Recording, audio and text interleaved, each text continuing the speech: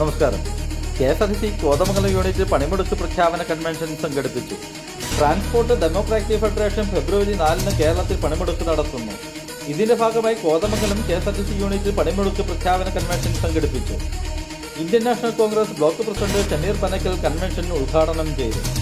KCW secretary SS Sirajuddin ചടങ്ങിൽ അധ്യക്ഷത വഹിച്ചു. കർഷക കോൺഗ്രസ് സംസ്ഥാന സെക്രട്ടറി PC ജോർജ് മുഖ്യപ്രഭാഷണം നടത്തി. കീരമ്പാറ ഗ്രാമപഞ്ചായത്ത് president MP Gopi, youth Congress സംസ്ഥാന സെക്രട്ടറി അനു വിട്ടൻ, കോതമംഗലം ഈസ്റ്റ് മണ്ഡലം president Sunny Varghese, workers union സംസ്ഥാന സെക്രട്ടറി MI അലിയാർ, ജില്ലാ സെക്രട്ടറി അനിൽകുമാർ, EDF ജില്ലാ president Biju Kuriakose, unit president Preeth C Paul, Francis T Cherian, Sreekumar S, PK Raghu എന്നിവർ ചടങ്ങിൽ പ്രസംഗിച്ചു. സമയത്ത് പെൻഷൻ ലഭിക്കണ്ടോ? എത്ര പേരുടെ സ്വയം പര്യാപ്തതയുള്ളത് KSRTC? ഇന്ന് നമുക്കറിയാം, ഇവിടെ സ്വിഫ്റ്റ് പ്രസ്ഥാനം എന്ന് പറഞ്ഞ് വണ്ടി ഇറക്കിക്കൊണ്ട് എന്താണ് അതിന്റെ ലക്ഷ്യം? മേജർ സർവീസുകളൊക്കെ അതിൽ ഉൾപ്പെടുത്തിക്കൊണ്ട് മുന്നോട്ട് പോവുക. അപ്പോ KSRTCയുടെ പഴയ സംവിധാനത്തിൽ വരുന്നത് നഷ്ടത്തിനാണെന്ന് കാണിച്ചുകൊണ്ട് തൊഴിലാളികൾക്ക് ആനുകൂല്യം കൊടുക്കാതെ മുന്നോട്ട് പോവുകയാണ്. എന്താ നിയമനത്തിന്റെ മാനദണ്ഡം? എന്താ സ്വിഫ്റ്റിലേക്ക് വരുന്ന കണ്ടക്ടർ ഡ്രൈവർ നിയമനത്തിന്റെ മാനദണ്ഡം? സ്വജനപക്ഷപാതം. കൊടിയുടെ നിറത്തിലുള്ള അനുസരിച്ചുള്ള നിയമനങ്ങളൊക്കെ അല്ലാതെ കൊടുക്കില്ല.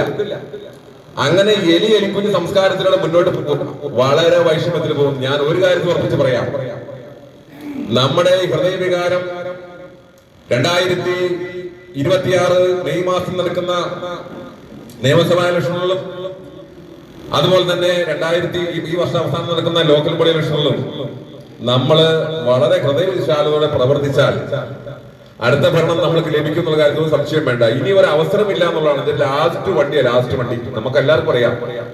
ഇപ്പൊ തുടർച്ചയായിട്ട് 2 തവണ അവിടെ പിണറായി ഭരിക്കുന്നു. എന്ത് നമുക്ക് തന്നു? ഇവിടെ ജനവിഭാഗം മൊത്തം ബുദ്ധിമുട്ടിലാണ്. പ്രശ്നങ്ങളിൽ സാധനങ്ങളെല്ലാം ഒരു രീതിയിലും മുന്നോട്ട് പോകാൻ പറ്റില്ല. ജനങ്ങൾ ആകെ വൈഷമ്യത്തിലാണ്. നിത്യോപ സാധനങ്ങളുടെ മുന്നോട്ട് പോകും. പിടിച്ചു നിർത്തുന്നതിനുള്ള വേണ്ടിയുള്ള പൊതു വിതരണ സമ്പ്രദായം റേഷൻ കടയിൽ ഒരു സാധനവുമില്ല. എന്തുകൊണ്ടാണ്? ബില്ലുകളിൽ നിന്നൊക്കെ ന്യായമായിട്ട് കാശ് വന്നുകൊണ്ടിരിക്കുക. ഇഷ്ടം പോലെ കൂട്ടാ, ഇഷ്ടം പോലെ 55 രൂപ 60 രൂപയൊക്കെ അരിക്ക് വിലയെ. അങ്ങനെ വൈഷമ്യത്തിലൂടെ നിത്യോപ സാധനങ്ങളിലൂടെ വളരെ നിത്യോപ സാധനങ്ങൾക്ക് അനിയന്ത്രിതമായി വർദ്ധിച്ച് മുന്നോട്ട് പോകുന്ന സാഹചര്യത്തിൽ KSRTCക്കാർക്ക് കൃത്യമായിട്ട് ശമ്പളം ലഭിക്കുന്നുണ്ടോ? ഇപ്പൊ നമ്മുടെ ട്രാൻസ്പോർട്ട് മന്ത്രി അദ്ദേഹത്തോട് ബഹുമാനമുള്ളൂ, വാചകത്തിൽ മാത്രമുള്ളൂ, പ്രവർത്തിയിലില്ല.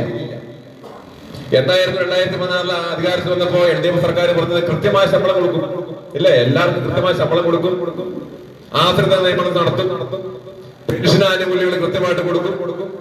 അങ്ങനെ എല്ലാ കാര്യങ്ങളും പറഞ്ഞു. ഇന്ന് റിട്ടയർ ചെയ്തിട്ട് എത്ര മാസങ്ങളായി, വർഷങ്ങളായി ഓരോരുത്തർക്ക് ആനുകൂല്യം ലഭിച്ചിട്ടുണ്ട്. പാവങ്ങള്, മാതാപിതാക്കൾക്ക് ചികിത്സയ്ക്ക് വേണ്ടി പ്രവർത്തിക്കേണ്ടവര് ഏതെങ്കിലും തലത്തില് ഒരു രീതിയിൽ മുന്നോട്ട് പോകാൻ പറ്റാതെ വളരെ വൈഷമ്യമായിട്ട് പോയിക്കൊണ്ടിരിക്കുക, അല്ലെ?